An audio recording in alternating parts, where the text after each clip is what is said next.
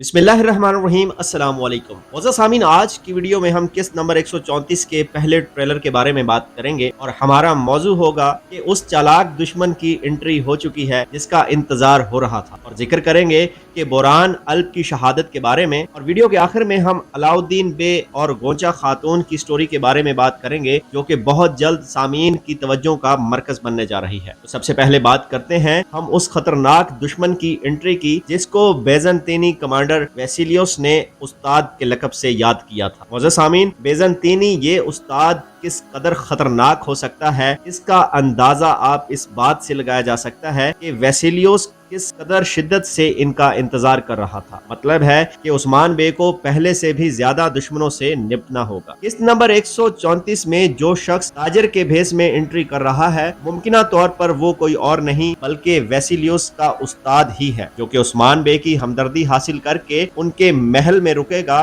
और फिर अपने मंसूबों के मुताबिक उस्मान बे को नुकसान से दो चार करेगा। अब बात करते हैं बोरान अल्प की शहादत की। मोअज़्ज़ज़ सामीन, बेज़ंतीनी उस्ताद का उस्मान बे के महल में आना और फिर बोरान अल्प पर इतना शदीद हमला करना, ये सब बेज़ंतीनियों की ही प्लानिंग का एक हिस्सा है। बहुत से लोग ये ख्याल कर रहे हैं कि बोरान अल्प की शहादत हो जाएगी, और ट्रेलर के सीन को देख कर भी कुछ ऐसा ही लगता है। जिस अंदाज से बोरान अल्प को खंजर घोंपा गया है, उससे तो यही लगता है कि उनका बचना मुमकिन नहीं। मगर हमारा ख्याल है कि एंड टाइम पर कोनूर अल्प या दीगर सिपाही पहुंचकर बोरान अल्प को बचा लेंगे, मगर उनके जख्म इतने गहरे होंगे कि फिर शायद उन्हें ठीक होने में अच्छा खासा वक्त लग जाए। अब बात करते हैं ऐसी स्टोरी के बारे में जो कि बहुत जल्द पोलिश उस्मान सीजन देखने वालों की तवज्जो हासिल करने वाली है। हम बात कर रहे हैं अलाउद्दीन बे और गोंचा खातून की। जिस तरह से बार बार उनका टकराव दिखाया जा रहा है और फिर गोंचा खातून की तरफ से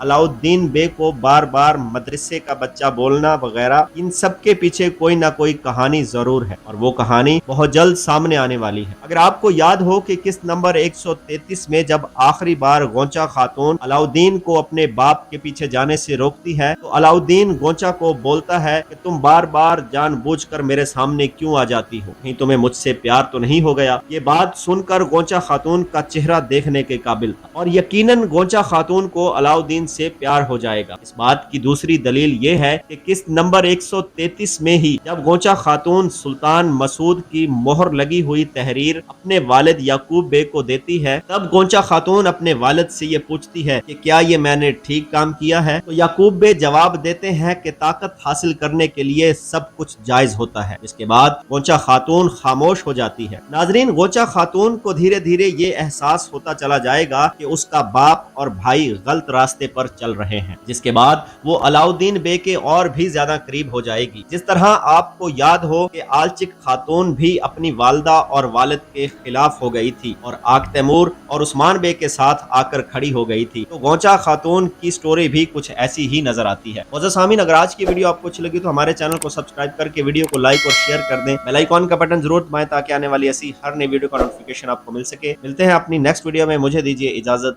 अल्लाह हाफिज।